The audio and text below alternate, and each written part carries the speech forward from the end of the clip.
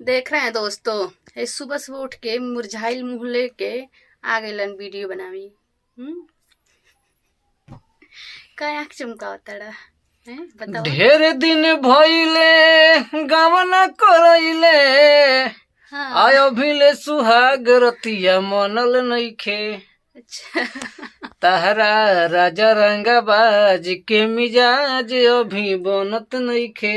राजन कहिया बनी बुढ़ा जइयन तो मिजाज नइखे बनत ऐसे कि देखो लगाते लथेर पथेर लगा सही मुंह में ऑयल लगा के अरे ऐसी अपना बनोरी में लेकर हमरा में चलती मिल है। जेबो। हैं? अरे कम से कम थोड़ा सा आलू को थोड़ा कम से कम अच्छा से तुम तू ही मिल जाला मुंह में थोड़ी हमरा साबुन में। वो लगा के मुंह धो के रख चाहिए।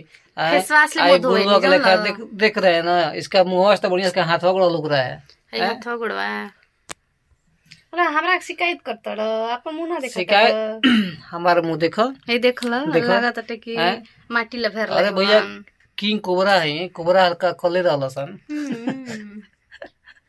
हमरा कोबरा नहीं बने के आ जरूरत। तुम भागती हुई बिल्ली हो।